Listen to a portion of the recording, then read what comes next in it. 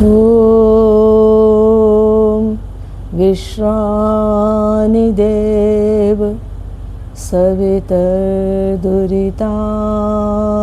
परासुव यद्भद्रं तन्नयासुव।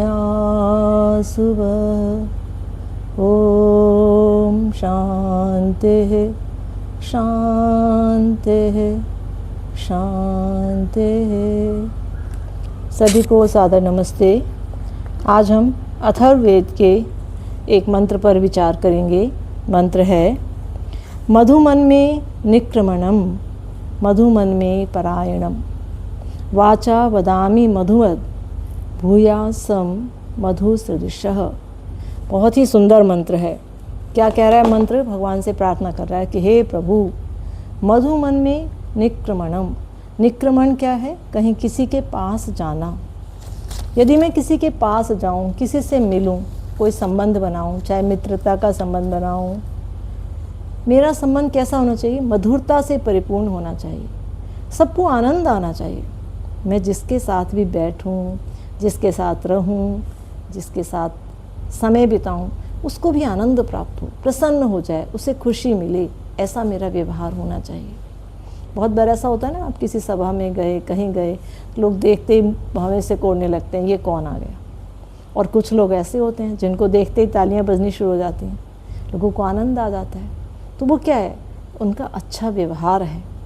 तो हम ऐसा व्यवहार करें कि हमसे मिलकर सबको प्रसन्नता हो, आनंद हो, सब प्रसन्न हो जाएं। और ऐसा कब होगा? क्या सुंदर दिखाई देने से, या अधिक उपहार देने से, या किसी के लिए भेंट लाने से? ना ना, ये तो कब होगा? जब हमारे हृदय में सबके लिए प्रेम होगा, किसी के लिए घृणा, ईर्ष्या भाव नहीं होगी। फिर जब हम सबसे मिलेंगे, मुस्कुराकर मिलेंगे, भीतर कोई दुर्भावना होगी ही नहीं, तो फिर क्या होगा? सब जगह प्रसन्नता छा जाएगी, मधुरता छा जाएगी। क्यों? क्योंकि शब्द तो हमारे बाद में पहुँचेंगे, हमारी भावनाएं पहले पहुँच जाती हैं। तो अपने मन को जब हम शुद्ध करेंगे तो हमारे शब्द भी मधुर होंगे, हमारा व्यवहार भी मधुर होगा, और सब जगह आनंद ही आनंद छा जाएगा। बहुत बार आपने देखा होगा ना, रास्ते में जानवर भी खड़ा होता है, किसी किसी को देखकर बहुत ज़ोर ज़ोर से भौंकता है वो उसकी, क्योंकि वो डंडा लेके मारने के लिए दिखाता है जानवर को, और किसी किसी को देखकर दुम मिलाता है। वह प्यार भाव को जानवर भी समझ रहा है, फिर मनुष्य क्यों नहीं समझेगा? तो हमारे मन में सबके लिए सद्भावना हो, सबके लिए प्रेम हो, मानव मात्र के लिए, तो फिर सब और आनंद ही आनंद आएगा। हम बच्चों को सिखाते थे ना कि कौआ काको सुख हर ले और कोयल काको दे, मीठी बोली वा कारणे जग अपना कर ले। कौआ किसी का क्या लेता है बेचारा, और कोयल क्या दे देती है? कुछ नहीं देती। बस अपनी मीठी बोली से कोयल सबको प्यारी लगती है, और कौवे को सब भगा देते हैं, उसकी कड़वी वाणी लगती है। तो हम ऐसी वाणी बोलें, हम ऐसा व्यवहार करें जो सबको आनंद दे, मधुरता दे। बच्चे कविता बोलते थे, रगड़ों झगड़ों का कड़वापन धोने वाली, मीठी बोली प्यार बीज है बोने वाली। तो प्यार का बीज समाज में, इसकी महती आवश्यकता है। हम आपस के संबंधों में देखें, पारिवारिक संबंधों में देखें, सामाजिक संबंधों में देखें, छोटी छोटी बात को लेकर कटुता आ जाती है। हम एक दूसरे से बहुत दूर रहने लगते हैं, एक दूसरे के लिए दुर्भावना रखने लगते हैं, ईर्ष्या द्वेष से चलने लगते हैं। यदि हम विचार करें तो बात कुछ भी नहीं है। वो छोटी सी ही बात जो है वो प्रेम भी पैदा कर सकती है, और छोटी सी बात को आप चाहो तो बड़ा भी बना सकते हो।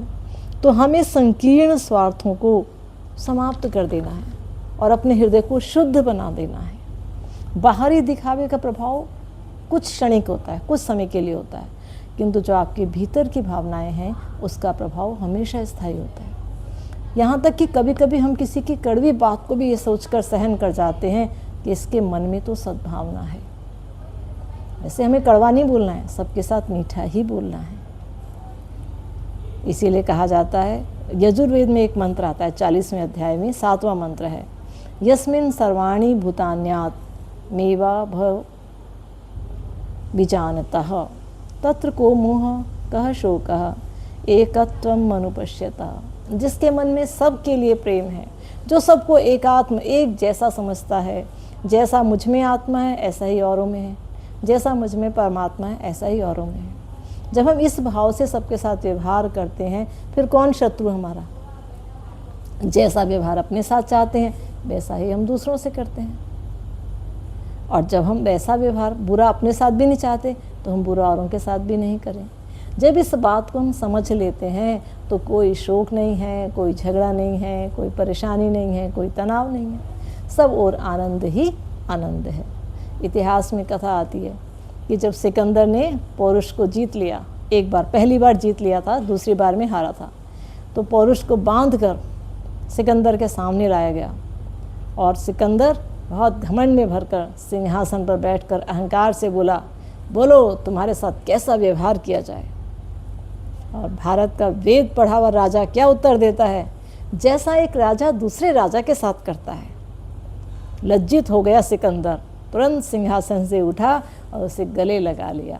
एक राजा तो ऐसा ही व्यवहार करता है दूसरे राजा के साथ। बस यही हमें मन में विचार करना है कि जैसा हम चाहते हैं वैसा ही हम दूसरों के साथ व्यवहार करें। तो जब हम अच्छा व्यवहार चाहते हैं तो हमें भी दूसरों के साथ अच्छा व्यवहार करो। जब आप किसी से मिलने जाओ तो प्रसन्नता हो, आंखों में प्यार बरसे, लगे कि आपके जाने से इन्हें दुख हो रहा है, आपके आने से इन्हें खुशी हुई है। तो ऐसा व्यवहार जब हमारा हो जाएगा तो किसी के लिए भी दुर्भावना नहीं होगी, केवल तब हमारा ऐसा व्यवहार हो पाएगा। इसका जीता जागता उदाहरण हम इतिहास में देख सकते हैं। रामायण में रामचंद्र जी सारी अयोध्या के आंखों के तारे थे, सबके बहुत प्रिय थे, परिवार में भी बहुत प्रिय थे। कौशल्या माता से ज़्यादा कैकेयी माता के प्यारे थे। पर विधि का विधान कुछ ऐसा हुआ कि कैकेयी के मन में कुछ विकार आए और उसने उन्हें वनवास का वरदान मांग लिया, 14 वर्ष के लिए वनवास। लेकिन देखिए राम की सद्भावना, वो वन जाते समय अपनी माँ के लिए कोई दुर्भावना नहीं रखते, कोई कुविचार नहीं रखते, प्रसन्नता से ये सोचते हुए जाते हैं कि अगर माँ ने कहा है तो इसमें मेरा कुछ हित ही होगा। बस यही सोच हमें बनानी है। हम अपने लोगों के लिए भी मन में दुर्भावनाएं ले आते हैं। अगर हम सोचें कि हमारा अपना यदि कुछ कह रहा है तो इसके पीछे कुछ अच्छाई होगी मेरी, यदि ऐसा कहा तो हम परिवारों को जोड़े रख सकते हैं, बचा सकते हैं। लेकिन हम ये भावना छोड़कर बहुत जल्दी अहंकार से ग्रस्त हो जाते हैं, अपना अपमान समझ लेते हैं और इसीलिए हमारे परिवार टूटते जाते हैं, संबंध बिगड़ते जाते हैं, समाज टूट जाते हैं, राष्ट्र टूट जाते हैं। छोटी छोटी बातों का यदि हम ध्यान न रखें तो हमारा मन, स्वयं का मन भी अशांत होता है और हम दूसरे को भी अशांत कर देते हैं। जब भरत पूरी सभा को लेकर, पूरी अयोध्या को लेकर राम को लौटाने गया तो कैकेयी ने दुखी होकर कहा था, युग युग तक चलती रहे करुण कठोर कहानी, रघुकुल में भी थी एक अभागी रानी, युग जन्म जन्म तक सुने जीव यह मेरा, धिक्कार उसे था महास्वार्थ ने घेरा। तब राम ने बहुत आनंद, बहुत विचलित होकर अपनी माँ के चरणों में गिरकर कहा था, 100 बार धन्य वह एक लाल की माई, जिस जननी ने है जना भरत सा भाई। नहीं माँ, आप धिक्कार मत करो, आप तो सौभाग्यशाली हो, धन्य हो आप जिसने भरत जैसे भाई दिया है।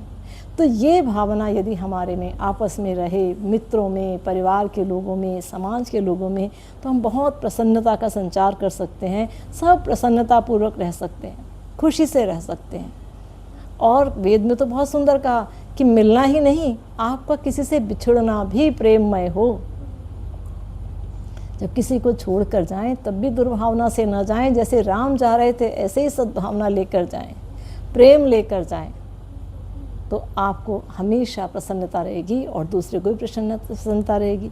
हमारी सोच अगर अच्छी हो जाए तो हमारा कहीं जाना भी, हम सद्भावना कि मैं तो जा रहा हूँ, पीछे रहने वाले सुखी रहें, आनंद से रहें, ये सद्भावना लेकर हम जाएं तो सब जगह खुशियाँ बांटेंगे तो हमारे हिस्से में भी खुशियाँ आएंगी। स्वामी विवेकानंद जी के लिए आता है कि जब पहली बार अमेरिका जा रहे थे, विमान में बैठे थे, तो एक अंग्रेज ने उनसे पूछा कि आप अमेरिका में किसी को जानते हैं? तो स्वामी जी ने कहा हाँ। बोले कोई आपका मित्र है? बोला हाँ है। अच्छा कौन है? तो स्वामी जी ने उसके कंधे पे हाथ रख के कहा आप। स्वामी जी के उन जादू भरे शब्दों से वो अंग्रेज अंदर तक हिल गया और जब विमान पहुंचा अमेरिका तो स्वामी जी के कंधे पे हाथ रख के बोला, आओ मित्र घर चलें। ये है इस भावना का अर्थ, ये है वेद की भावना, जो सबके अंदर प्यार देखती है, जो सबको अपना समझती है, रोमांचित कर देती है, आनंदित कर देती है। और इसी भावना को यदि हम जरा सा कुत्सित कर दें तो हमारे ये भावना वैर वैमनस्य पैदा करने वाली, नफरत पैदा करने वाली हो जाती है। तो आप प्रेम से बात करेंगे तो दूसरा भी प्रेम से बात करेगा।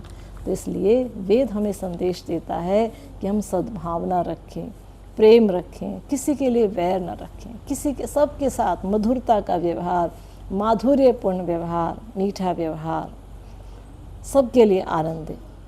एक बहुत अच्छी प्रार्थना भी है ना, ये भगवान से प्रार्थना करते हैं, प्रवाह प्रेम गंगा त्वं मनसु प्रीति पीयूषं मितः संवासो हे नाथ वर्तनं च मया ज्ञेयं। बहा दो प्रेम की गंगा दिलों में, प्रेम का सागर हमें आपस में मिलजुल कर प्रभु रहना सिखा देना। ये प्रार्थनाएं भी किस ओर ले जा रही हैं? उसी मंत्र की ओर ले जाती हैं। वही सिखाती हैं कि हम एक दूसरे के प्रेम अपने हृदय में लेकर चलें, आपस में मिलजुल कर रहें। जो प्रेम की ये गंगा है, ये दिलों को सजा कर रखती है, आनंद से भर देती है। मिलजुल कर रहना सीखें, अपनी वाणी, अपने आचरण, सब से हम आपस में माधुर्य की वर्षा करें, माधुर्य बरसाएं, सबको आनंद में डुबो दें।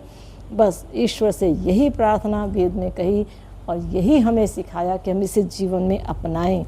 किसी के प्रति कोई भी रोष, कोई भी कटुता हम अपने हृदय में न रखें। प्रकृति को देखो, कैसे देखो आप, पेड़ों में आप पत्थर मारते हैं लेकिन वो आपको फल दे रहा है। नदियों का जल आपको कितनी शीतलता दे रहा है, आप उस जल को दूषित करते हैं पर वो शीतलता देता है। फूलों को तोड़ते हैं लेकिन वो सुगंध देते हैं। ये सब मधुरता नहीं तो और क्या है? यही माधुर्य हमें अपने जीवन में लाना है। तो हम सभी इस माधुर्य को अपने हृदय में पैदा करें और सब में ये माधुर्य बांटें, इसी भावना के साथ। ओम शांति।